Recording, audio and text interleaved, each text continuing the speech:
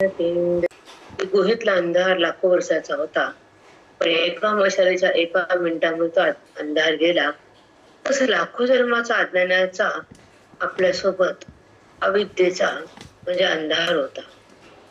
बुद्धीमध्ये अविद्येचा अंधार होता, पण ज्ञानाच्या एका लहरीनं एका प्रकाशानं तो अज्ञानाचा अंधार गेला, कोटी जन्माचा अंधार गेला. त्या ज्ञानाने गेला. तो कसा गेला, काय गेला, पुढे सांगणार आहेत. पण दृष्टांतावरून सिद्धांतावरून यासाठी त्याच्यावरील त्याचा भावार्थ आहे की तो गुहेतला अंधार एका टेंगाने गेला आणि अंतःकरणातला लाखो जन्माचा अंधार त्या चिंतनाच्या एका प्रकाशाने गेला, गुरुच्या बोधाने. त्या बोधाच्या लहरी जेव्हा तुमच्या हृदयात जातात आणि तो बोध तुम्हाला त्या ज्ञानाला संपवून टाकतो आणि भगवंताला प्रगट करतो. तो बोध म्हणजे वेद असतो, की त्यांच्या सांगण्याचा आपला भाग पहिला. आता दृष्टांताचा सिद्धांत कसा आहे ते बघूया. अज्ञान आणि त्यामुळे झालेला देहाध्यास आणि कर्मे ही दीर्घकालची आहेत खरी. अज्ञान पण दीर्घकालचं आहे, अज्ञानामुळे झालेला देहाचा अध्यास पण दीर्घकालचा आहे, आणि त्याच्यामुळे होणारी कर्मे अज्ञानातून ती पण भरपूर आहेत. पण अहम ब्रह्मास्मी असा अपरोक्ष रूप प्रकाश, अहम ब्रह्मास्मी हा जेव्हा प्रकाश वृत्तीमध्ये पडतो गुरुच्या मुखातून, तेव्हा काय घडतं ऐका. प्रकाश जेव्हा उत्पन्न होतो तेव्हा अज्ञानाची निवृत्ती होते. अहम ब्रह्मास्मीचा प्रकाश चित्तात पडतो, तो उत्पन्न होतो, तेव्हा काय होतं, अज्ञानाची निवृत्ती होते. यास वेदांतातली वाक्ये प्रमाण आहेत. ह्याला प्रमाण द्यायला वेदांत वाक्य आहेत, त्याची खळलेले प्रमाणे अर्थ आहेत. आता खालचे वाक्य तर ऐकायचे आपण. देवाला जाणल्याने सर्व पाश बंध नष्ट होतात. देवाला जाणल्याने सर्व पाश काय होतात, नष्ट होतात. नंतर देवाला पाश म्हणजे बंध. ब्रह्म जाणणारा परम भावाला प्राप्त होतो. जो ब्रह्म जाणतो ना, आता आपला विषयच तो ब्रह्म, बुद्धी ब्रह्म होणं, अज्ञान निवृत्त होणं, स्वरूपाची प्रतीती येणं, देहभाव बंद होणं, गुरुच्या बोधात मन रमून जाणं, जगत भावाचं तो जगत भाव तो संपून टाकणं, हा आपला रोजचा विषय चालूच आहे. मग त्याच उत्तर त्याने दिलं की ब्रह्म जाणणारा ब्रह्मपदाला प्राप्त होतो. ज्यानं जाणलं, काय जाणलं, ब्रह्म जाणलं. आता तुम्हाला एक प्रश्न करते की ब्रह्म जाणणं, देह जाणणं, जगत जाणणं, विषय जाणणं, हे सगळं जाणणंच आहे. एक जगत जाणणं, एक विषय जाणणं, एक देहाला जाणणं, हे सगळं काय जाणण्याचे विषय आहेत. मग जगत जाणणं हे कसं आहे, देहावृत्तीला जाणणं हे कसं आहे, विषयाला जाणणं हे कसं आहे, आणि ब्रह्मपदाला प्राप्त होणं जाणणं हे कसं आहे. हे 4 वाक्य सांगा बरं.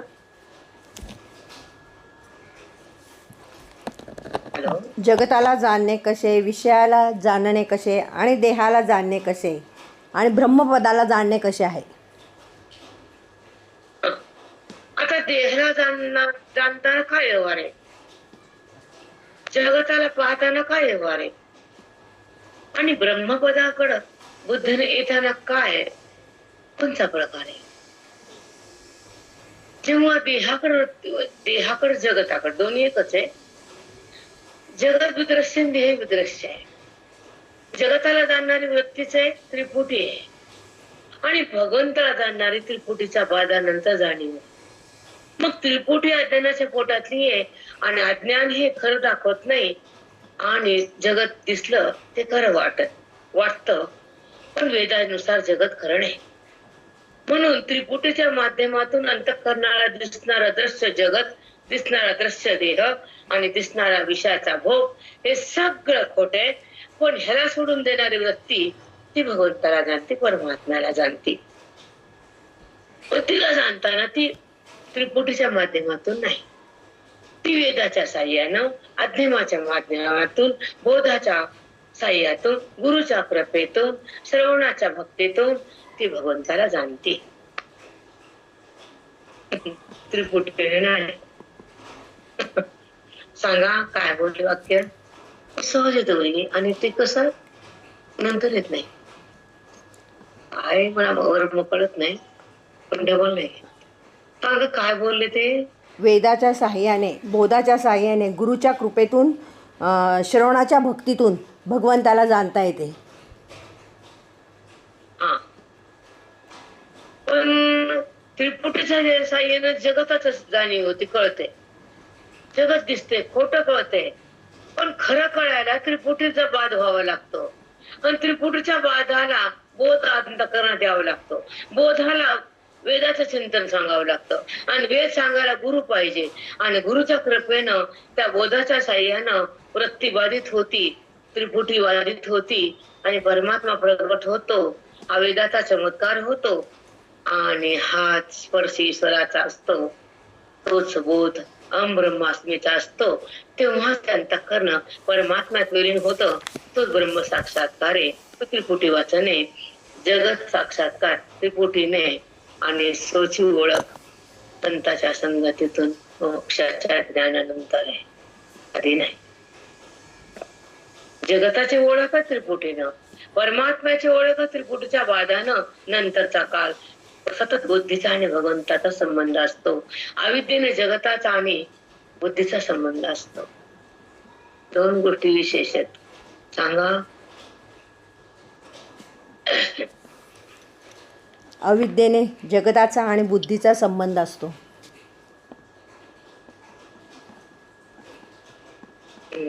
बरोबर. म्हणजे कसं सांगता येईल? अविद्येमुळे आपल्याला खोट्याचीच ओळख होती. दृश्य हे ओळख होती. खोट्याची अविद्या होती, आणि ब्रह्मविद्या खरडा प्रगट करते. काही पॉइंट इतके छान असतात ना बाई, तात्काळ मोक्ष हातात येतो. तात्काळ. दोन वाक्य रिपीट करा पल्लेवर. काय माऊली? काय माऊली? त्याचे वाक्य रिपीट करा म्हटलं. आता जे बोललात ना. अच्छा, ते हो. अविद्येने जगताचा आणि बुद्धीचा संबंध असतो, आणि ब्रह्मविद्येने भगवंताचा संबंध असतो. त्याच्यानंतर नाही घेतले माऊली ते.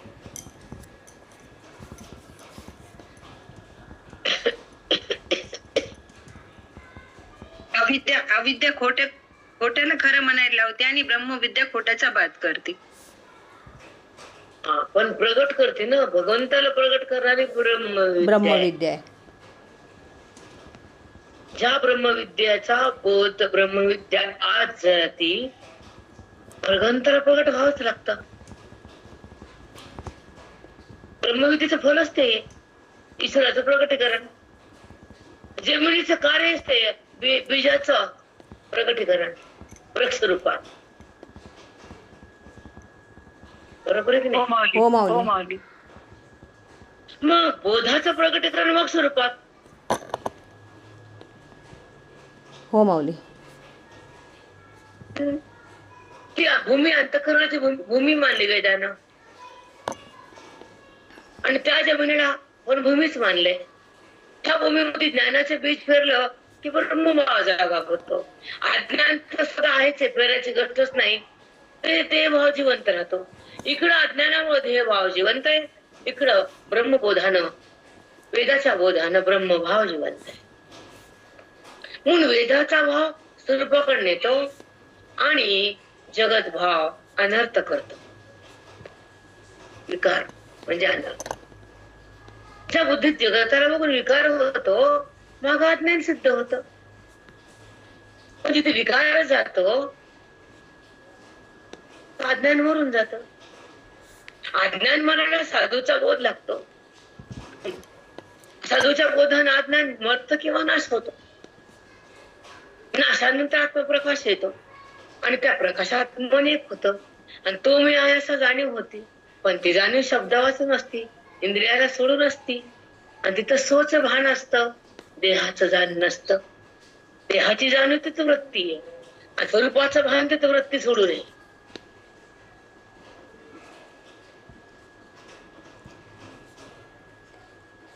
वृत्ती नाही, बिलकुल नाही.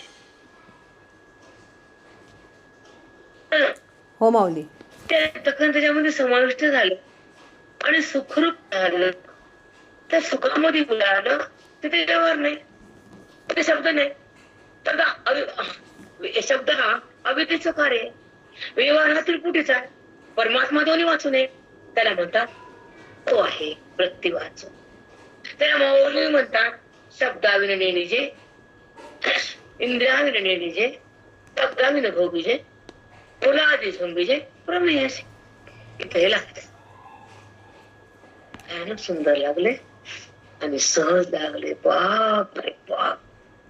कसं असतो वहिनी, एखाद्या माणसाला कपडे दुकानात नाही, त्याला रेशमी कळणं, खादी कळणं, साधं कळणं, गाळणं कळणं, ते म्हणतं वा वा वा वा वा, लिका लिका लिका. काय वा वा, रेशमी कपडा, कॉटन, तू बघ ना कशाची क्वालिटी काय, कशाची किंमत काय आहे.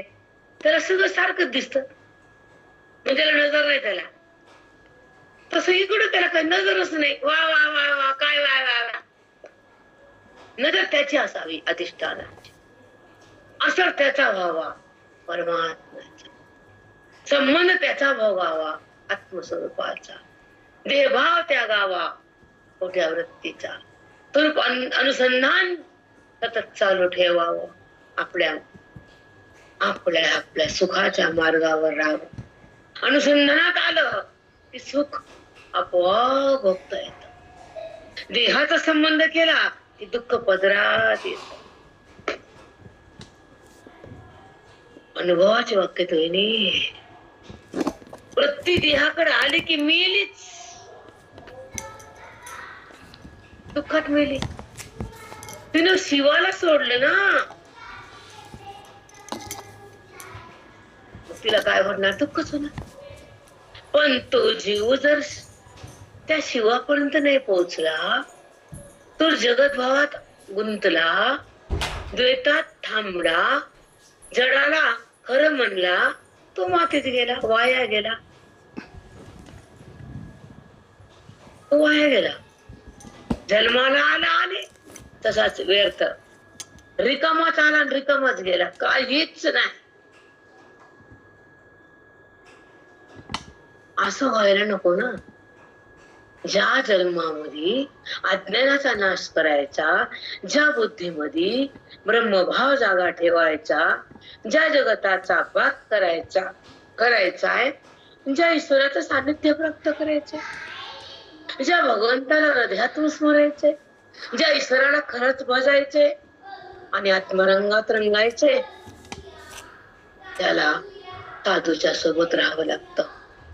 वेदाला आरसा करावं लागतं, बोधामध्ये हृदय टाकावं लागतं आणि आपल्या अंतरंगात आपण जावं लागतं. परमात्म्याला पाहावं लागतं, अद्वैतात नाचावं लागतं, भक्तीने भिजावं लागतं, बोधात मन रुजावं लागतं, स्वरूपामध्ये थांबावं लागतं. त्या सगळ्या अनर्थाला टाकावं लागतं.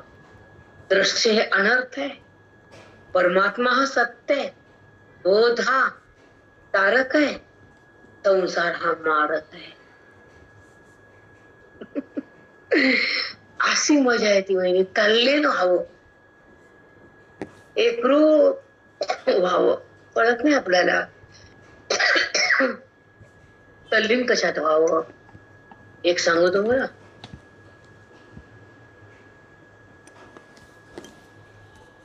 ऐका. जेव्हा अज्ञान आहे तुमच्यापाशी, तुमच्या बुद्धीत अज्ञान गाढ आहे, जिवंत आहे, एका जन्माचं नाहीये, अनंत जन्माचं अज्ञान तुम्ही सांभाळून ठेवलंय. त्याला कधी सोडवलं नाही, त्याला कधी बाधित केलं नाही, त्या अज्ञानाचा नाश करावा असं कळलं नाही, त्या अज्ञानाला संपवावं हे समजलं नाही, अज्ञानातून बाहेर यावं हे बुद्धीला समजत नाही. आणि अज्ञान कसं टाकावं तिला कळत नाही. तिच्या बाहेर कसं निघाव, ज्ञानात कसं रमाव, साधूला कसं शोधा, बोधात कसं थांबा, वेदाला कसं भोगाव, आत्मरंगात कसं रंगाव, मोक्षात कसं याव, जगाला कसं टाकाव, ब्रह्मभावात कसं जगाव हे कळत नाही. म्हणून जन्म मृत्यू तुमचे थांबत नाही. साष्टांग माऊली. माऊली खूप सुंदर माऊली. काय असतं ते पण त्याच्यात गाढा अभ्यास किती भावार्थे, काय शब्द बोध देतात. एका कुठला ग्रंथ आहे का कुठलं वाचले, आम्ही ऐकलं. भागवत किती वर्षापासून बंदच आहे, फक्त चिंतन चालू आहे, बाकीचं काहीच नाही. आम्हाला दुसरं आवडतच नाही, कारण ते जर पेरतच नाही आम्हाला. नाही जाण 500च्या 2000च्या नोटा छापणारा रुपयाच्या नोटाला कसं हात लागेल. खरे खोट त्याच्यात 1000 कोटी मोजते, कोटीचा खेळ खेळायला ते 1000 आपल्याला कशाला बघेल सांगा ना. 1000 वाराला कोटी माहित नाही, पण कोटी वाराला 1000 माहिती नाही. हो माऊली. खरंच आहे, एक सत्य आहे. हो माऊली. एक सांगतो बरोबर, पहिला अहंकार आणि सार तुमच्या बुद्धी जेव्हा पडतो गुरुच्या साह्यात, अहंकार मरतो, परमात्मा हृदयात उरतो, देहभाव जिरतो, आणि तेव्हा तो मी आहे असं कळतं. त्याचं सुख मिळतं, अज्ञान जळतं, पापुण्य थांबतं, वैराग्य आठवतं, आणि मन परमात्मामध्ये आठवून जात. आठवण मन संपन्न. दूध दूध घोटलं खाली अग्नी लावला, दुधात ते पातळपणा गेला, खवा झाला. दूध हालत होत तेव्हा दूध आहे, पण खवा झाल्या कुठं दूध आहे. जेव्हा ते शिजत होत ते दूध आहे, पण दुधाचा पतलेपणा गेला तर कुठं घट्ट झालं, खवा बनला, त्याला खवा नावानं दूध नाही. तसं बुद्धी जेव्हा विकार करती आणि जगात खेळती तर ती खोट्यालाच बघती. पण जेव्हा बुद्धी परमात्म्याच्या बोधात अटती तरी पातळपणा कुठे जायचा, कुठे सांडायचा, कुठे लवंडायचा, कुठे जर दूध पळकायचं आणल्यावर तुम्ही खवा ठेवा खाली ताटात, पळत नाही, पण दूध थांबत नाही. ताटात जरी होत तर हलतच, पण खव्याला वारं लागलं तर खवा हलत नाही. तसा ब्रह्मज्ञानी आपल्या तत्वापासून हलत नाही, कधीच नाही. साष्टांग दंडवत माऊली. खवा आहे, ब्रह्माचा जीव आहे, पण दूध आटल्यावर खवा आहे. तसं अज्ञान आटल्यावर ब्रह्मरूप आहे. इकडं अज्ञान आठवायचं, इकडं दूध आठवायचे. दूध आटलं तर गुलाबजामुन आहे, नुसतं दुधाचं जामुन नाही. आहे का दुधा जामुन?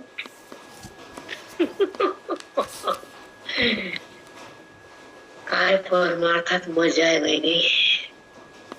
आपण तिथं कमी पडतो, तो सर सज आहे तिथं मरतो. कधीच सुख नाही, कधीच सुख नाही.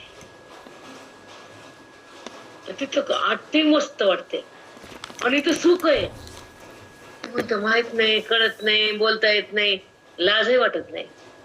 तिथं सुख तिथं वाणी हलत नाही, बोलत नाही. तिथं दुःख तिथं वाणी थांबत नाही. तुम्हाला काय म्हणा, दगड म्हणा का धोंडी म्हणा, आम्ही काय म्हणा, काय दुःख आहे का?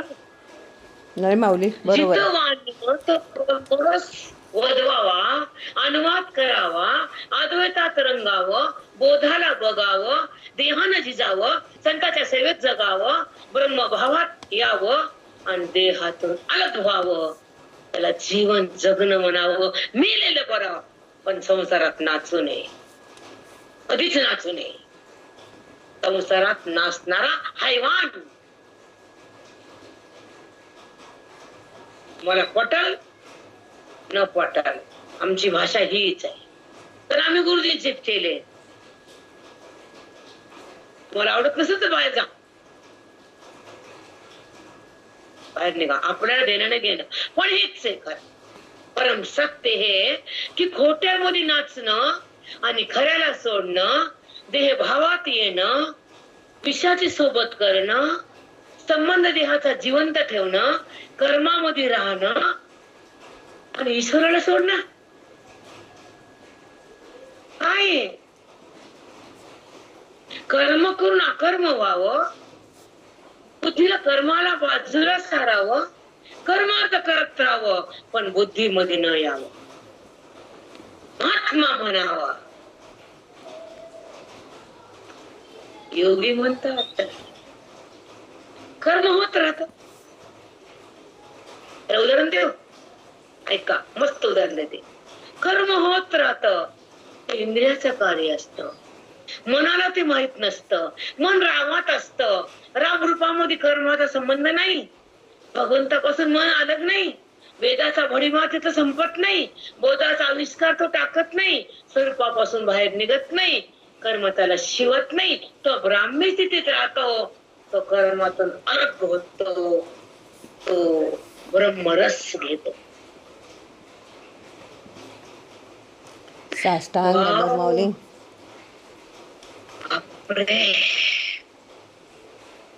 कर्माचा ढिगारा, कर्माची गठुडे, त्याची पाप पुण्य, त्याचा अहंकार, त्याचा संबंध, त्याच्यातून मोह आणि ते मीपणा, आणि त्याच्यातून पुन्हा जन्म.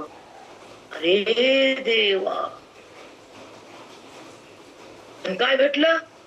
नाना जन्म, नाना दुःख, नाना लेकर, नाना चिंता. आग लागू द्या त्या चिंतेला. का म्हणून मन तगमग होत नाही की म्हणायचे संसार म्हणले की थर का फुटावा जीवाचा, नको रे बापा पुन्हा यायला इथं. आपण तर नाचू नाचू करतो आणि तिथंच मरतो, त्यालाच धरतो आणि त्याला मी केलं म्हणतो आणि मी शान समजतो, हत्तीसारखं डुलतो. बापरे, लाज वाटावी लाज. माझा अधिकार कसा कमी आहे, माझं वैराग्य कसं कमी आहे, त्याचा संघ कसा कमी आहे, माझा अभ्यास कसा कमी आहे, मनाचा निग्रह कसा कमी आहे, याची लाज वाटावी. काय साधं जगतात, काय बोधात रंगतात, काय वेदाला बसतात, काय गुरुपशी थांबतात आणि स्वतःला समजून घेतात, स्वतःच स्वरूप प्रगट करतात, देहबुद्धीचा बात करतात, आत्मरंगात रंगून जातात, अद्वैताचं भजन करतात आणि वेदांताचा रस चित्तात आणतात. बाकीचा रस सोडून देतात. कुठलाच काही नको, एक तो मला पाहिजे, एक तो मला कळायला पाहिजे. तो माझ्यात आहे तर मी त्याच्यातच राहिले पाहिजे. मी देह नाही तर देह भावना झालीच नाही. मला अविद्या टाकायची तर ब्रह्मरस घेतलाच पाहिजे. मला जगत भाव काढायचा आहे, आत्मभाव जोडायचा आहे. मला संतांच्या संगत जगायचंय, मला वेदाला बघायचंय, मला आत्मरसात रंगायचंय, मला जगताचा भाव टाकायचा आहे, मला वृत्तीला बाजूला करायचंय, मला देहातून अलग व्हायचंय, मला सौमध्ये राहायचंय, मला जगताला नाही पाहायचंय, मला ब्रह्मरसात यायचंय, मला नित्य पदार्थात नाही राहायचंय. हे जीवनाचं रहस्य आहे बेटा. काय करता व्यवहार, हुशारी, पैसा, तो तर कर्माचं फल आहे. पण वेदाचं फल गुरुकुशी गेला मिळत. आपलं वैभव ब्रह्मज्ञान आहे, आपली आत्मज्ञानाची खूण आहे, तो भाग्यवान आहे.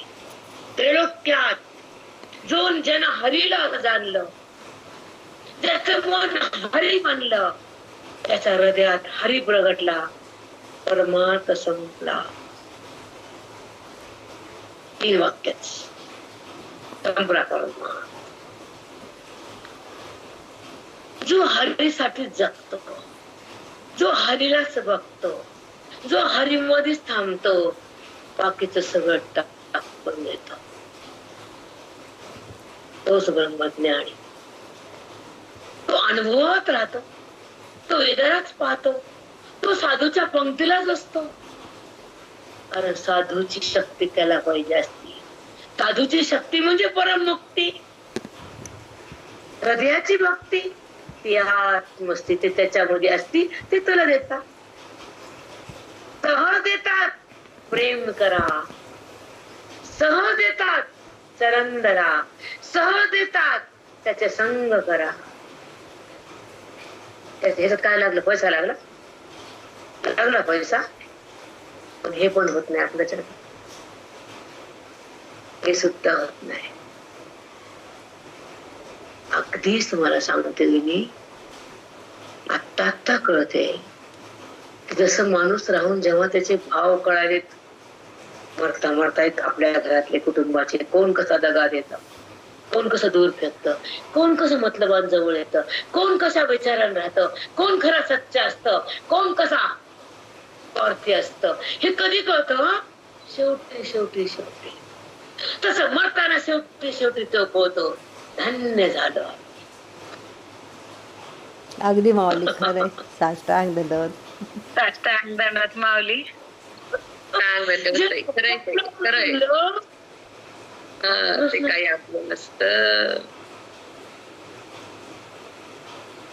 म्हणजे आपण विश्वास टाकला, त्याला प्रेम केलं, त्याला हृदयात जागा दिली, ध्यानाचं मोठं केलं, आयुष्य त्याला वाहिलं, त्यानं काय दिलं?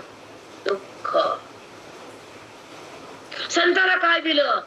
त्याने दिलं परम सुख. काय दिलं संताला? आपण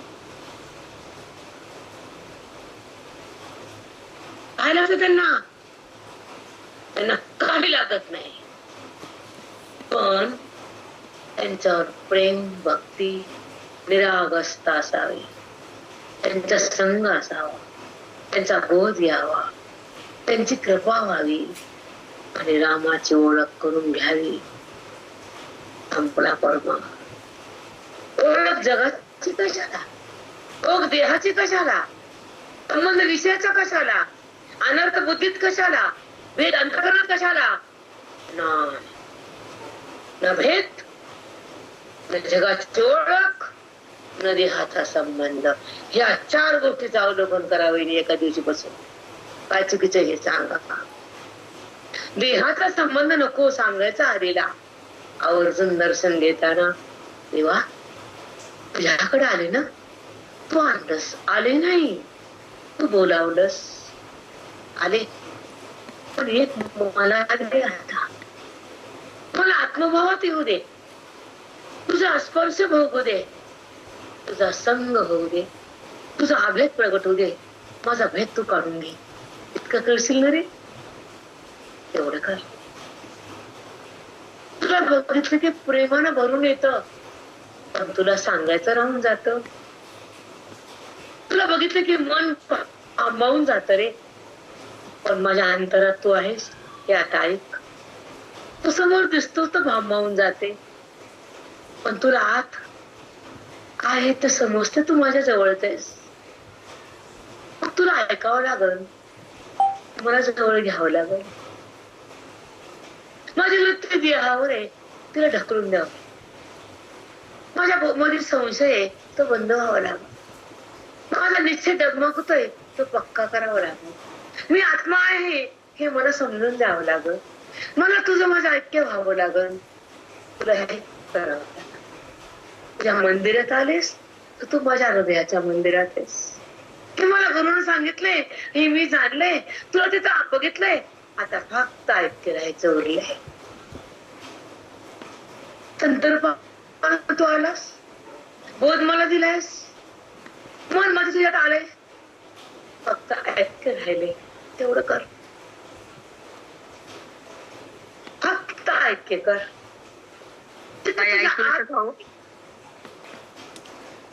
नाही मला जाणतो तर परमपदाला प्राप्त होतो. जीव त्या आत्म्याला जाणूनच मृत्यू जिंकतो. जीव आत्म्याला जाणून मृत्यू जिंकतो. काय शब्द आहेत ना ताई बहिणी. जीव त्या आत्म्याला जाणून मृत्यूला जिंकतो. पण अमर होतो म्हणजे मरण नाही, न जन्म नाही तर मृत्यू कुठला. पण कधी जन्म नाही, आत्म्याला जाणले कुणी जीवान. आता मग तुम्ही सांगा, जो जीव आहे तो बद्ध आहे आणि जाणणारा मुमुक्षू आहे, आणि जाणल्यावर तो मुक्त आहे. जाणताना मुमुक्षू, जाणल्यावर मुक्त, न जाणलं बद्ध. किती सुंदर आहे. आता एक आहे का, आता जीवानं आत्म्याला जाणं चेष्टा आहे, सोपं आहे, जमते नाही. जीव आत्म्याला जाणताना वेदांताचा रस्ता पाहिजे, संताची भेट पाहिजे, ग्रंथावर प्रेम पाहिजे, वेदाचा अभ्यास पाहिजे, अधिकार उंच पाहिजे, तेव्हा तो जीव त्या शिवाला ओळखू लागतो. तोपर्यंत नाही. देहाची ओळख वेगळी, नात्याची ओळख वेगळी, हरीची ओळख वेगळी.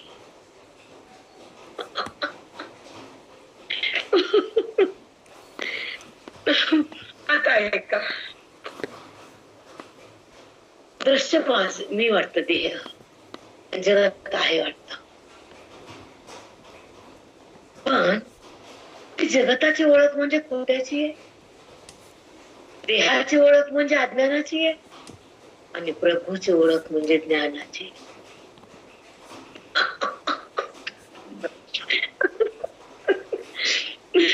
कळतच नाही त्या जडमूळ जीवाला काय जन्मानंतर करावं, बोधात कसं शिरावं, अंतराळा कसं मारावं, आत्मरंगात कसं रंगावं, वेदात कसं थांबावं, स्वरूपाला कसं जाणावं, ब्रह्मभावात कसं जगावं, वेदातून कसं निघावं, हे ज्याला कळतं तो परममुक्त होतो.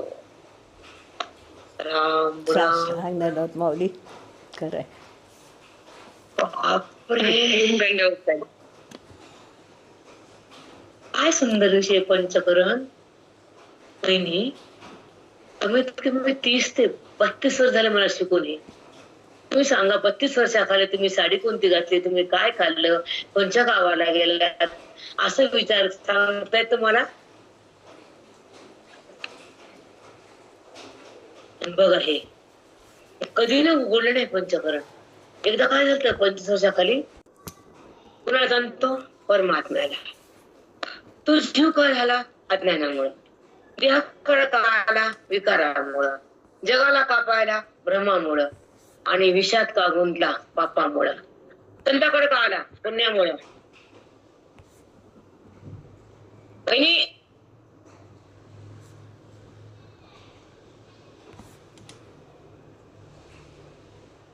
तो जीव का झाला, स्वतः तर परब्रह्म आहे, तो स्वतः तर अंतरात्मा आहे, स्वतः तर तो स्वयंभू आहे, तो तर सुखरूप आहे. मग दुःख का होत, केवळ आज्ञा, केवळ वासना, संकल्प. मन नाना संकल्प करत, वासनेमध्ये येत आणि विषयाकडे जात. अज्ञान कायम राहत आणि तो परमात्मा त्याच्यापासून जवळ असून तो त्यापासून दूर होतो आणि देहाजवळ येतो. जी बुद्धी देहाला माझं म्हणती तो जीव आहे, आणि जी बुद्धी ईश्वरासोबत सोबत राहती तो शिव आहे. साष्टांग दंडवत माऊली.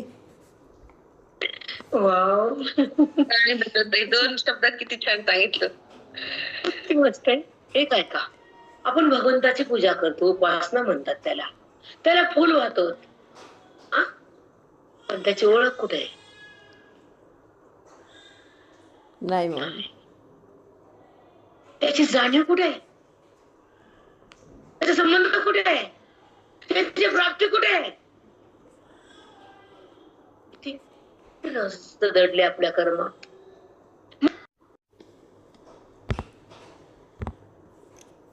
त्याची जाणीव नाही, त्याची ओळख नाही, त्याचा अभेद नाही, त्याची प्राप्ती नाही, कारण तो दूर आहे तुमच्यावर. कुठे प्राप्ती? हे कर्म, त्याला जाणणं हे ज्ञान आहे. त्याचं प्राप्त होणं शब्दच नाही, त्याची मुक्ती ना. त्याला जाणता जाणता जाणता जाणीव हरपून जाते म्हणजे वृत्ती, आणि जाणणं सुरू होतं म्हणजे ज्ञप्ती. तो कळतो ती मुक्ती, आणि त्याचा सहवास ती खरी भक्ती. वाव, काय सुंदर. हो माऊली. बापरे. आई वहिनी तर काय अभ्यास केला का?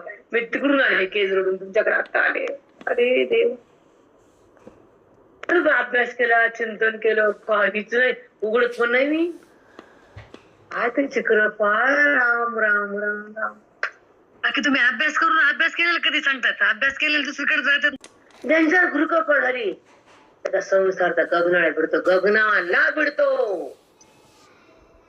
तिथं संकट ना, तिथं काही संशय ना, तिथं काहीच कमी पडत नाही. तुम्ही आता वाचलं ना त्याच्यात, रिद्धी सिद्धी दासी कामारी. बापरे बाप, काय शब्द ते भगवत उद्धवायला सांगताना. परमात्म्याचे शब्द, कृष्ण परमात्म्याचे, की जो ज्ञान चिंतन करतो, अभेदाचं दर्शन घेतो, वेदांताकडे येतो, मुक्ती भोगतो, जगाला पण देतो, त्याच्या घरी रिद्धी सिद्धी कामारी. बापरे बाप. तर मी म्हणलं सहज, आता काय करा, लोक 4 महिने हे करायला, ते करायला, ते करायला.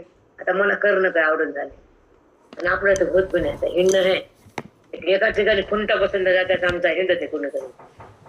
मला नग मी त्याला करायचं, आता जाणायचं, त्याच्या संबंधाला प्रगट करायचं, त्याच्या अनुभूतीत राहायचं, आणि त्याच्या बोधात जगायचं म्हणजे अभ्यास. त्यासाठी तुम्हाला पौर्णिमेपासून करा, की पहाट 3चं ठेवा, आणि नंतर भागवत ऐकण्यात येवा, आणि जप 1 कोटीचा संकल्प, तो पण ब्रह्ममुहूर्त. तुळशीला पाणी, दिव्याला पाणी, कशात दान. कर्मात कवर मोरू म्हणलं मी. सांगा ना. आता आपल्याला ह्या पदाला आणून ठेवले, श्रवण सुरू झाले, अध्ययनाची बडी मार आहे, गुरुचा आशीर्वाद आहे, खाली कशा आपटायचं नाही. आपलं आपण त्याच्या सेवेत रुजवायचं, बरोबर आहे का? म्हणून जे 4ला उठणे ते 3ला करायचं. अनुभव जगावं लागतं, वेदामध्ये यावं लागतं, साधूच्या संघात राहावं लागतं, अध्ययन व्हावं लागतं, आत्मस्वरूपाला उभावं लागतं, तेव्हा मृत्यूला जिंकता येतं. तोपर्यंत नाही. किती सुंदर अध्ययन करा ना, आत्मस्वरूपाचं चिंतन, त्याला म्हणतात अध्ययन. अध्ययन साधू सोबत असते, सांगणारा समोर असतो, ऐकणारा पुढे असतो, आणि त्यामध्ये बोध असतो. मन हा व्याकुळ असतं, दुःखातून त्रस्त असतं, अविद्येमध्ये मस्त असतं, जगतामध्ये घुसलेलं असतं. तिथून तर बाहेर काढायचं असतं. म्हणून साधू बोध झाला, बोधानं ते मन जगतातून निघतं, बोधानं ते मन देहाला सोडतं, बोधानं ते मन ईश्वराला बघतं, आणि बोधाच्या नंतर ईश्वरच बनतं. 4 गोष्टी. खूप सुंदर, खूप छान आहे. ऐका, त्यामध्ये अजून खूप काय बोलता येते, कुठे जायचे. मोक्ष होण्यास ज्ञाना वाचून दुसरा कोणताही मार्ग नाही. इथं सोपी भाषा आहे. का बरं मोक्ष होण्यास कोणताच मार्ग नाही? बाकीचे मार्ग कसे त्याला सहकार्य, आणि मोक्ष अज्ञानाला मार्ग आहे, जीवाला तारी आहे. फक्त मोक्ष देणारे फक्त श्रीहरी गुरु. त्या श्रीहरीला गुरु व्हावं लागतं. बहिणी, हे वचन, हे वेदांत, ही भाषा, रोजची बैठक. तुम्ही सांगा कालचा विषय आज असतो का? वाक्य आहे का? शब्द तरी आहे म्हणजे त्यालाच येऊन सांगा. तेवढी कमाल आहे त्याची. कमाल आहे. किती उपकार आहे आपल्यावर. कधी वाटतं का उपकार म्हणून? नाही जाणे. केले उपकार सांगू मी काय, बाप न करी ऐसे माय, मी त्यांचे देखील पाय. केले उपकार सांगू मी काय, बाप न करी ऐसी माया. काय अभंग शिकायची बहिणी. ते धुंद जगायची. 3 तास 2 तास भजन डेली डेली. 2 घंटे तर व्हायचंच व्हायचं. ज्ञानाने, ज्ञानाच्या योगाने सर्व पापादी कर्माचा नाश होतो. भगवंतानं गीतेत सांगितले, एतोदांसी समेदग्निर भस्मसात कुरुते अर्जुना, ज्ञानाग्नी सर्व कर्माणी भस्मसात कुरुते तथा. ज्ञानाच्या अग्नीनं सगळं पापाचं कर्म जळून जात. बघा हे ज्ञान. पापच राहत नाही. जन्म येतो का? पुण्य होत नाही. वासना ऐकासारखं साधन नाही. चला मी थांबते. 9 वाजून गेले. 10. पुंडलिक वरदार विठ्ठल श्री ज्ञानदेव तुकाराम. 1 मिनिट थांबा. बारीक गवताच्या गाड्या अग्नी लागला पटकन जाते. बस. तसं ज्ञानाचा जो भडीमार बोध आहे आत गेला, तसा बारीक बारीक गवत पटकन पेट घेतो. तसं ह्या ज्ञानाचा बोध त्या कर्माला जळून टाकतो. जे कर्म आहे तुमचं ते जळून जात. आता कर्म जळाल्यावर पापून जळतं. आणि पापही नाही, कर्म बी नाही, जन्म बी नाही. मग हे कोण करतं? ज्ञान. न तीर्थ न स्नान, यात्रा न पत्रा. नाही लागत काय? एक सांगू. एक प्रमाण बघा. तीर्थानं पाप जात थोडं मोठं. आता माणसं मारायला तीर्थात गेलं कसं होईल? जमते ते. पण तीर्थानं पाप जात असेल तर पण बोधानं अज्ञान जात. तीर्थ अज्ञान काढत नाही. लक्षात ठेवायचं लिहून. अज्ञान साधूच काढतात. अज्ञान वेदच काढतं. अज्ञान श्रवणानं जातं, संपत. गंगाने संपित. ते धर्मशास्त्र आहे, हे वेदांत शास्त्र आहे. ते सत्याला पूरक आहे आणि हे अज्ञानाला मारक आहे. ते सहकारी आहे आणि हे अज्ञान विनाशकारी आहे. माऊली. मंदिरात जायला पायऱ्या येतात, पण पायऱ्या ओलांडल्यावर मंदिर आहे. पायऱ्या म्हणजे मंदिर नाही. हो माऊली.